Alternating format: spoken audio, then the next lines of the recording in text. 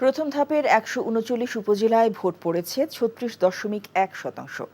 নির্বাচন কমিশনার মোহাম্মদ আলমগীর বৃহস্পতিবার আগারগাঁওয়ে নির্বাচন ভবনে এ তথ্য জানান। সবচেয়ে কম ভোট পড়েছে কুষ্টিয়া সদর উপজেলায় ১৭%, আর সর্বোচ্চ ভোট পড়েছে জয়পুরহাট জেলার খেতলাল উপজেলায় ৭৩.১%। এর মধ্যে ইভিএম দিয়ে নির্বাচন হয়েছে এমন উপজেলায় ভোট পড়েছে ৩১.৩১%, আর ব্যালটের মাধ্যমে ভোট গ্রহণ হওয়া উপজেলাগুলোতে ভোট পড়েছে ৩৭.২২%। এর আগে প্রধান নির্বাচন কমিশনার কাজী হাবিবুল আওয়াল জানিয়েছিলেন, উপজেলা নির্বাচনে মোট ভোট পড়েছে ৩০ থেকে ৪০% মধ্যে।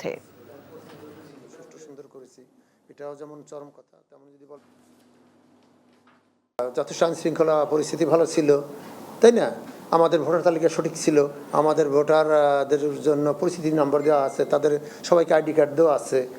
তো আমাদের পক্ষ থেকে তো ম্যানেজমেন্টের কোনো ঘাটতি ছিল না। কিন্তু ভোটে আগ্রহী করা, কোন রাজনৈতিক দলকে উনি ভোট দিবেন, কোন রাজনৈতিক দল নির্বাচনে আসছে বা আসে নাই দেখে উনি ভোটে যাচ্ছেন কি যাচ্ছেন না, সেইটার সাথে তো নির্বাচন কমিশনের কোনো সম্পর্ক নেই।